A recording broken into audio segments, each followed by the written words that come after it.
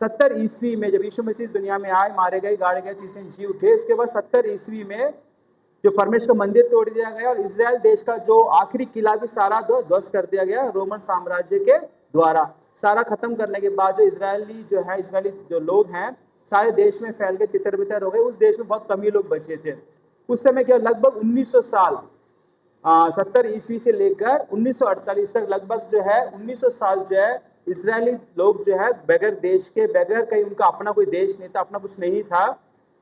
फिर वो प्रभु इसीलिए कहता है कि जब दोबारा वो देश दोबारा बन जाएगा, लगभग 1900 साल बाद जो इजराइल नाम का देश जो दोबारा से मैप में, दुनिया के मैप में दोबारा उपस्थित हो जाएगा, वही अंतिम समय की शुरुआत। प्रभु यीशु मसीह कहता है कि उसके बाद जितने भी युद्ध होंगे, जितने भी जो है भूकंप आएंगे, अकाल पड़ेंगे, सारा बिल्कुल टोटली जो है अलग तरीके का होगा।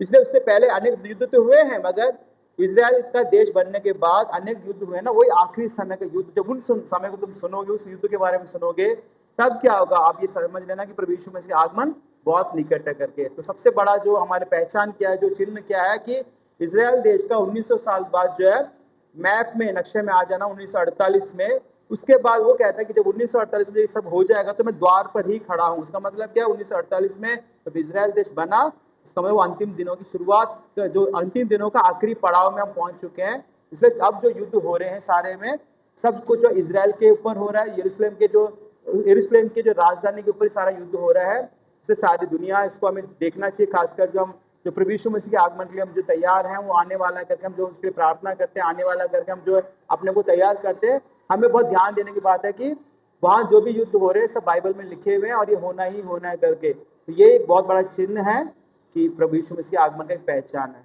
इसलिए जो है निश्चय परमेश्वर, इसके बारे में और बहुत सी वचन है, बहुत सी बातें हैं, इसको आप मनन कीजिए और निश्चय इसका मनन करोगे तो अपने आप तैयार कीजिए ताकि आप प्रभु यीशु मसीह के आगमन में तैयार हो सकें।